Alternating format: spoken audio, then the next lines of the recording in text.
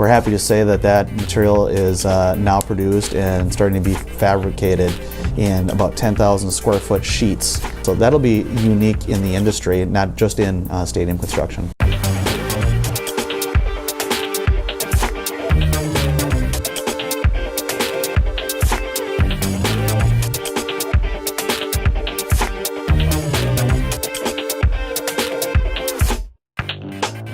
Hey there, ALSD. Jared Frank here, your editorial director. We're on location in Minneapolis, Minnesota this morning. Got a special guest, Greg Huber, the construction executive for Mortenson, who is in charge of the new facility for Minnesota United, Allianz Field. Would be to just tell us the current status of your job site. How many people do you have on site? What are the crews currently working on? And from there, segue into just a general outline of the construction schedule from now until next spring. Sounds good. Well, we're about 35% complete with the project right now. We started in the middle of June when we started the excavation for the project. Placed foundation starting in July. Concrete decks went into the fall. The building framework really started sprouting up with the steel. That started right before Thanksgiving. And since Thanksgiving, we've been working on the structural steel frame as well as the canopy. The canopy started getting set at the beginning of January, as well as the precast seating units got set starting in the middle of January. So we've been working hard. There's about between 100 and 150 men and women who work on the project on a daily basis. Early on, we were working 610s to catch up a little bit on some critical path scopes of work. And now we're generally working 5 days a week with a couple of catch-up items on Saturdays. The main activities going on right now, it's all about structure for us. It's all about the canopy, getting that in place, getting the precast in place on time. And then we're doing a lot of work behind the temporary enclosures. So here in Minnesota, we've got to work pretty hard to figure out the weather windows to make sure that we're cost efficient and that we're not spending a lot of money doing unnecessary heating. So we're very, very selective on what types of work going in the winter. And that's why we're doing structural steel in the winter, because it doesn't take a substantial amount of heat, whereas concrete decks and concrete construction takes much more heat to be protected in the deep winter here. So what we're doing now behind the partitions is we're starting to build out the locker room level, the service level, a lot of the critical mechanical, electrical systems that occur in the back of house that really provide the heart of the building. And whether it's really large domestic water heaters or a lot of the electrical systems are now being installed behind the partitions, and things are going well. We're on schedule to accomplish a couple of our critical milestones, those being structural steel topping off in the middle of June. We're going to be starting installing seats this summer, and our critical path for the project is really getting grass down by the middle of October. It all revolves around that. So that means the cranes have to be out of the bowl. We have to have systems tested so that the field construction can be constructed in the fall and outside of the winter months, have the grass delivered, installed, and really be ready to go by Halloween. So Greg, let's stick with the site itself, starting with its placement. Clearly there's the busiest interstate in the state of Minnesota constricting you on one side, another major artery on a second side. Were there any restrictions, getting cranes in and out, any other heavy equipment, materials? Talk about the site itself and the geometry of it and how it either works to your advantage or you had to get a little creative to make it to work to your advantage. Well, I think the site itself has been a challenge on creativity for us. The site itself is a little bit larger than some of the other projects that we've built, but it's still a very, very urban site. And it's tucked really closely to the south end of the available lot. So we've had to work with the city on a couple of road closures, and then we've worked closely with the public and the neighborhood groups to communicate our construction plan so that it minimized the disruption to the area, which was very, very critical to make sure that people can still live and work as we're building the project. A couple of the other major site challenges on the project were that it is a site that is being remediated. And what that means is that there was soil that was contaminated that needed to be dealt with. And so there was a lot of design work up front trying to figure out what levels of contamination there were and all of the proper permitting to allow us to even get one single scoop of dirt going. And since then, we've been working to put that plan into place, and that's been going really, really well. The other significant site challenge was the acquisition of some of the Midway properties. And the owner's goal was to leave those properties in place for as long as they could, so that those businesses could stay in business as long as reasonable without affecting our construction schedule. And that became a really, really good challenge for us, which meant we had to build the stadium more in a U and then kind of close the north end rather than be able to progress in a sequence. And what we had to do, we had to employ a couple different pieces of technology to really, really study that. We have a software that we employed that took our master schedule, tied it to the VDC model or the 3D model, and then mapped that out and really put together an animation to study that. And we changed our construction plan many, many times to optimize it so that once we hit that point, which we're right in the middle of right now, of remobilizing foundation crews to fill in that north side, we could do it in sequence, and we didn't have a bunch of cranes sitting still and crews sitting idle, which is deadly to efficiency and to be able to control cost. Let's talk about materials a little bit. Steel, concrete, the bones and blood of any construction project. Are there any other notable materials, either exotic or just, I'll call them commonplace materials, that are noteworthy in bringing this project to life? Yeah, I think a couple of things that the design team incorporated into this project are unique. The geometry of the exterior is certainly unique. It's one of the more difficult geometries that we've tackled as a company, especially in sports construction, in that there's a lot of different driver tubes, they call them, or basically ribbon steel, that form the unique profile of the rain screen. So there's a large structural steel framework that is behind another unique material, and that material is PTFE, or polytetrafluoroethylene, so it's a little bit different than ETFE. And it is being used in this way for the first time. And the history behind it is they wanted to design a strong fabric, almost a super fabric, but also make it translucent so that it could be aesthetically appealing and could also be backlit.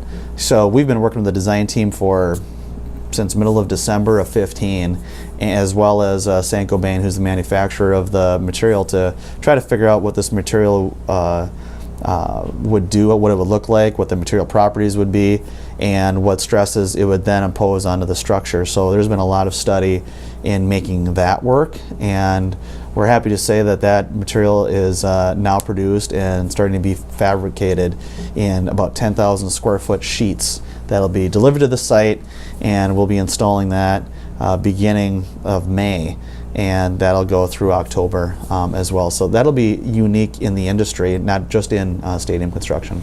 Are you fabricating anything on site? Is it mostly prefab off-site and then installing on site? We do everything that we can to do prefabrication because it's efficient. So whether that's prefabricated plumbing chases or large air handling units, prefabricated ductwork runs, prefabricated electrical, we work with a lot of the subcontract partners who understand that. They understand how to do that in a very planned way so that they can tighten down their price.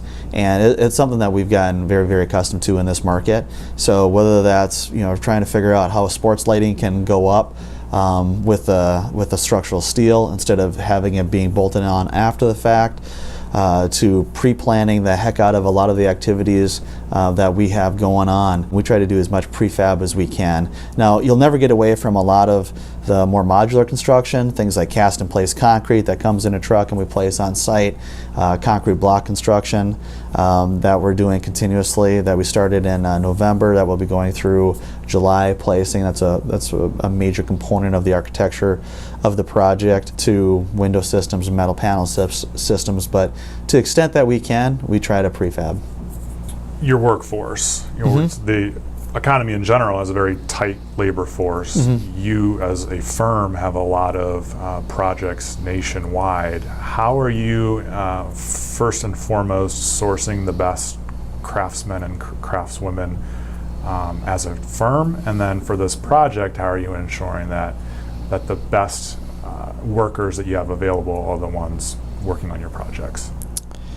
I think about sourcing and it is all about the upfront planning and really understanding how you're buying the work to make sure that you're buying the right expertise for this project type, because it is highly specific. Arena construction or stadium construction is a lot different than a lot of other types of construction, and you want to make sure that through our procurement processes we're working to target the right firms who have a high degree of expertise in this, as well as the people that work on our staff. We want to make sure that they've either had a high degree of complex projects in their background, or are able to take that on. If there's some younger talent, which we have. These projects are about growing people as well, and teaching people. But then having experienced leaders who understand sports construction inside and out, and who are able to go through that procurement model, understand it, and then execute it, so that when we go solicit firms for this type of construction, we ask about their qualifications, both in this market. They need to understand this labor force, as well as understand this product type, so that when we make the final contract award, we're confident that we've awarded the contract to a highly capable firm and not someone who's going to have to struggle through it. Because if we get in that type of situation, it's not going to lead to a very favorable outcome either for us or the owner. We're focused on quality, and we want to make sure that at the end of the day, this is an exceptional facility that they get to occupy and have their fans celebrate in. And last question, we'll get you out of here on this. What is your eye towards sustainability with this project? Yeah, so the project hasn't been designed to a certain standard. There's a lot of other standards out there. There's LEED, there's SB 2030, et cetera. But it has been designed with sustainability in mind, and really being built for the long term, in terms of whether it's durability or just plain energy efficiency. So all of the lighting in the facility, save for a couple interior lights, is all LED. So the sports lights is LED. They're looking at grow lights to potentially be LED, which is a major energy usage. All the site lighting is LED. And then above and beyond that, they had an eye to sourcing materials locally. Concrete sourced locally. Steel doesn't come from very far away, and most of that steel content is recycled anyway. We track recycling on the project. We're currently at 78% of construction materials being recycled. And then a little bit of a new wrinkle is the amount of stormwater we're reusing. So all of the stormwater that is being captured by the large canopy on the roof of the stadium, that goes into a collection tank, and then that water is available for irrigation on the entire perimeter of the site. So not the pitch itself, but the entire perimeter of the site.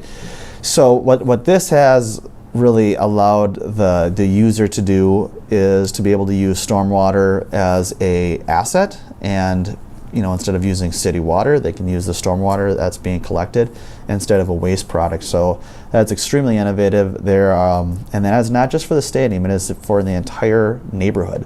So it's for the entire development.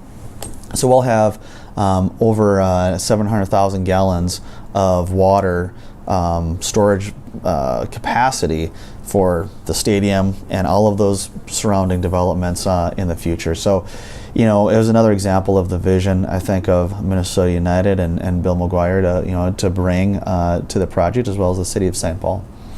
And I would be remiss if I didn't ask about your firm being part owner of the club. That's not something a lot of people probably are aware of. Having skin in the game, so to speak. Is there a certain pride that you as a firm take, and you're not just building another stadium, you're really building a home for yourself?